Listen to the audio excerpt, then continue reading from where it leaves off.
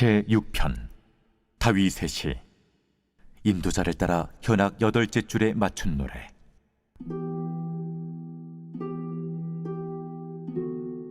여호와여, 주의 분노로 나를 책망하지 마시오며 주의 진노로 나를 징계하지 마옵소서. 여호와여, 내가 수척하였사오니 내게 은혜를 베푸소서. 여호와여, 나의 뼈가 떨려오니 나를 고치소서. 나의 영혼도 매우 떨리나이다. 여호와여, 어느 때까지이니까? 여호와여, 돌아와 나의 영혼을 건지시며 주의 사랑으로 나를 구원하소서. 사망 중에서는 주를 기억하는 일이 없사오니 스올에서 주께 감사할 자 누구리이까? 내가 탄식함으로 피곤하여 밤마다 눈물로 내 침상을 띄우며 내 요를 적시나이다. 내 눈이 근심으로 말미암아 쇠하며 내 모든 대적으로 말미암아 어두워졌나이다. 악을 행하는 너희는 다 나를 떠나라. 여호와께서 내 울음소리를 들으셨도다. 여호와께서 내 간구를 들으셨으며 여호와께서 내 기도를 받으시리로다. 내 모든 원수들이 부끄러움을 당하고 심히 떨며 갑자기 부끄러워 물러가리로다.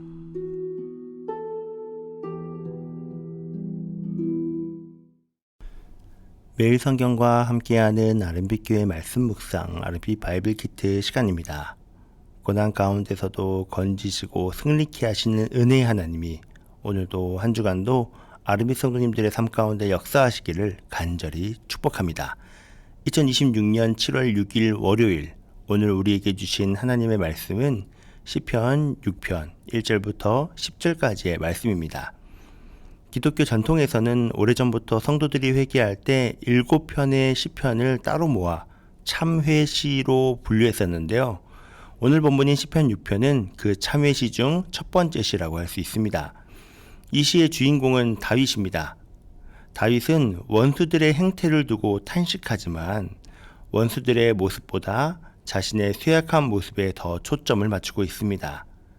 다른 어떤 시편보다도 고난 속에서 흔들리는 다윗의 내면을 깊이 보여주고 있습니다. 그런데 이 시는 단순히 다윗의 고난을 기록한 시가 아닙니다. 고난을 통과하면서 한 성도의 믿음이 어떻게 변화해 가는지를 보여주는 시이기도 했는데요. 오늘 본문을 살펴보며 우리에게 주신 메시지들을 보도록 하겠습니다. 1절의 말씀입니다.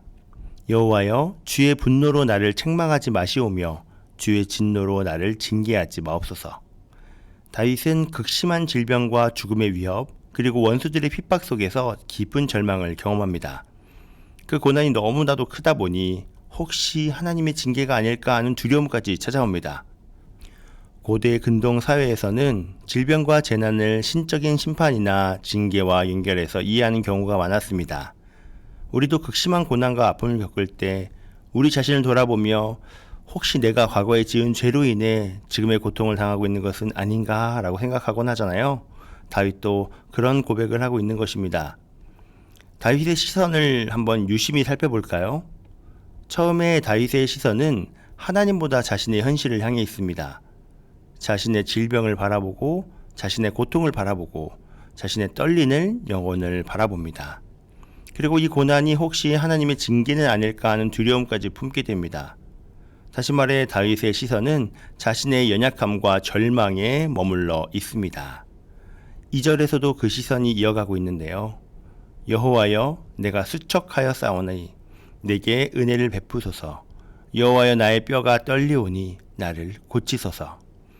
다윗이 겪고 있는 고통이 얼마나 괴로웠는지 여호와여, 내가 수척하여 싸우니 라며 탄식합니다. 여기서 수척이라는 표현의 헬라어는 성경에서 희귀하게 사용되는 단어인데요. 수척하였다 라고 번역된 히브리어 움랄은 식물이 물을 잃고 시들어가는 모습을 묘사할 때 사용되는 단어입니다. 생명력이 점점 빠져나가 더 이상 버틸 힘이 없는 상태를 가리키는 것이죠. 다윗은 자신의 몸과 마음이 바로 그런 상태라고 고백하고 있습니다. 내가 수척하였습니다. 뼈가 떨립니다. 내 영혼도 심히 떨립니다 라고 고백합니다. 육체와 영혼 모두가 송두리째 흔들리고 있는 상황에 처해 있는 것이죠. 고난을 겪고 있는 자기 자신을 바라보고 있습니다. 다윗의 시선은 자신의 연약함과 절망에 머물러 있습니다. 그런데 하나님께서는 다윗의 시선을 그 자리에 머물게 두지 않으십니다. 기도하는 가운데 조금씩 그의 시선이 바뀌기 시작합니다. 4절입니다. 여호와여 돌아와 나의 영혼을 건지시며 주의 사랑으로 나를 구원하소서. 자신의 죄로 인해 하나님이 자신을 징계할까 두려웠던 다윗. 그런데 흥미로운 것은 다윗이 자신의 죄를 길게 변론하거나 자신의 회개를 구원의 근거로 내세우지 않는다는 점입니다. 오히려 그는 하나님께 구원을 요청하면서 단 하나의 근거를 붙듭니다. 다윗이 구원을 요청하는 근거는 딱 하나입니다.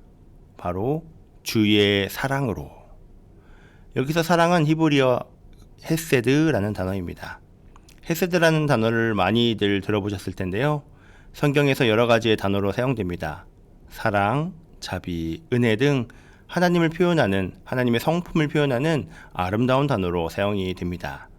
그중 이 본문에서 사용되는 헤세드는 하나님께서 언약 백성을 끝까지 버리지 않으시는 변함없는 사랑을 의미합니다.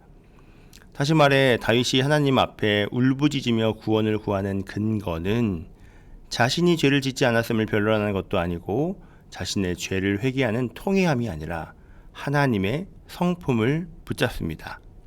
자기 자신을 향한 하나님의 변함없는 사랑을 붙드는 것입니다. 자신이 하나님 앞에 죄를 지어 그 죄로 인해 징계를 받았을지언정, 혹은 죄와 상관없는 욕과 같은 고난을 받았을지언정, 다윗은 구원의 근거를 자기 자신으로부터 나오는 것이 아니라 하나님께로부터 근거를 두고 있는 것입니다. 다윗의 시선은 더 이상 자신의 죄와 자신의 고난에 머물러 있지 않습니다. 이제 그의 시선은 하나님의 성품으로 옮겨갑니다. 사랑하는 아르비 성도님들, 우리도 고난을 만나면 자꾸 자기 자신을 바라봅니다. 내 형편을 바라보고, 내 실패를 바라보고, 내 죄를 바라보고, 내 연약함을 바라봅니다. 그러나 시편 6편은 우리의 시선을 다른 곳으로 옮겨 놓습니다. 문제보다 하나님, 나의 죄보다 하나님의 헤세드, 내 연약함보다 하나님의 신실하심을 바라보게 합니다. 우리의 구원도 그렇죠. 우리의 구원 근거 역시 우리 자신에게 있지 않습니다. 우리의 믿음의 크기에도, 우리의 행위에도, 우리의 의로움에도 있지 않습니다. 오직 예수 그리스도 안에서 나타난 하나님의 변함없는 사랑과 은혜에 우리의 구원이 있습니다. 우리가 구원을 받고 하늘 백성으로 오늘 살아가는 것은 우리의 어떠함이 아닙니다. 구원의 근거가 우리에게 있다면 이 세상 누구도 구원을 받을 수가 없죠. 그리고 혹여 구원의 근거가 우리에게 있다면 어떤가요? 우리 스스로가 구원의 근거가 될 수 있을까요? 하루가 다르게, 아니 한시도 바뀌는 우리 자신이 구원의 근거가 될 수 있을까요? 우리가 하늘 백성으로, 오늘도 구원 백성으로 살아가는 근거는 우리 자신이 아닌 우리를 향한 하나님의 신실하신 헤세드 사랑, 영원한 사랑 때문입니다. 이제 시선이 바뀐 다윗은 시 후반부로 가자 이렇게 고백합니다. 8절과 9절의 말씀인데요. 악을 행하는 너희는 다 나를 떠나라. 여호와께서 내 울음소리를 들으셨도다. 여호와께서 내 간구를 들으셨으며 여호와께서 내 기도를 받으시리로다. 다윗은 여호와께서 자신의 울음소리를, 간구를, 기도를 들으셨고 받으셨음을 고백합니다. 본문 어디에도 병이 나았다는 기록은 없고 원수가 떠났다는 기록도 없습니다. 상황은 여전히 그대로입니다. 그런데도 다윗은 확신합니다. 왜일까요? 그의 시선이 바뀌었기 때문입니다. 처음에는 자신의 고난을 바라보았습니다. 자신의 죄를 바라보기도 했죠. 자신의 연약함을 바라보았습니다. 그러나 이제는 하나님을 바라봅니다. 자신의 상황이 아니라 하나님의 헤세드를 바라봅니다. 자신의 절망이 아니라 자신의 기도를 들으시는 하나님을 바라봅니다. 그래서 그는 담대하게 말할 수 있습니다. 여호와께서 내 간구를 들으셨도다. 사랑하는 아르비 성도님들, 지금도 여전히 육신의 아픔으로, 관계의 어려움으로, 경제의 어려움 등 수많은 어려움과 아픔 속을 지나고 계신 분이 계시다면 오늘 말씀을 통해 권면해 드립니다. 우리에게 당면한 고난, 아픔 또는 우리의 죄로 인함이라는 자책감, 죄책감을 바라보지 않고 주님의 자녀로 부르시면 끝까지 놓지 않으시는 선하신 하나님, 신실하신 하나님, 영원하신 하나님을 바라보시기를 간절히 축원합니다. 오늘 말씀을 시작하면서 시편 6편은 고난을 통과하며 한 성도의 믿음이 어떻게 변화해 가는지를 보여준 시라고 말씀드렸습니다. 그 변화는 상황의 변화가 아니었습니다. 바로 시선의 변화였습니다. 자기 자신을 향하던 시선이 하나님께로 옮겨지고 자신의 연약함을 바라보던 시선이 하나님의 헤세드를 바라보게 되고 자신의 절망을 바라보는 시선이 기도를 들으시는 하나님을 바라보게 되는 것입니다. 처음에 다윗은 자신의 고난을 붙들고 있었지만 마지막에는 자신을 붙드시는 하나님을 붙들고 있었습니다. 어쩌면 이것이 성도로 살아가는 평생의 여정이 아닐까요? 자기 자신을 향해 있던 시선을 하나님께로 옮기는 여정이야말로 성도의 여정이 아닐까요? 우리가 잘 부르는 찬양, 시선의 가사가 이렇죠. 내게로부터 눈을 들어 주를 보기 시작할 때 주의 일을 보겠네. 내 작은 마음 돌이키사 하늘의 꿈 꾸게 하네. 주님을 볼 때 모든 시선을 주님께 드리고 살아계신 하나님을 느낄 때 내 삶은 주의 역사가 되고 하나님이 일하기 시작하네.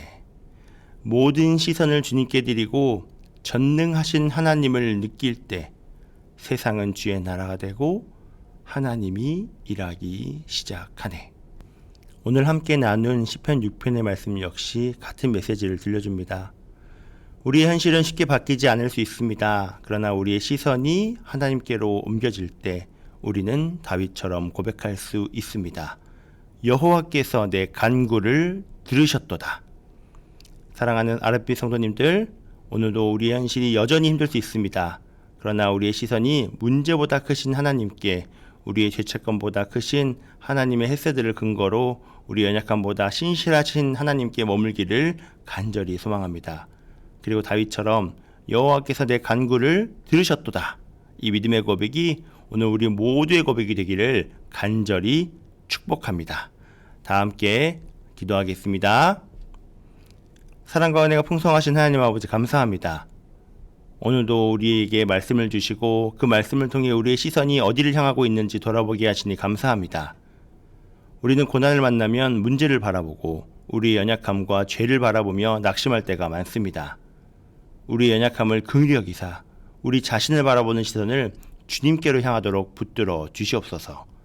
우리의 상황보다 크신 하나님, 우리의 죄책감보다 크신 하나님의 헤세드 사랑을 붙들게 하여 주시옵소서. 육신의 질병과 관계의 어려움, 삶의 여러 문제 가운데 있는 성도들을 붙들어 주시고 상황이 쉽게 변하지 않을지라도 여호와께서 내 간구를 들으셨도다 라고 고백하는 믿음을 허락하여 주시옵소서. 오늘도 우리 삶 가운데 신실하게 일하시는 하나님을 바라보며 살아가게 하시고 끝까지 우리를 붙드시는 주님의 은혜를 신뢰하게 하여 주시옵소서. 감사합니다. 살아계신 예수 그리스도의 이름으로 기도합니다. 아멘.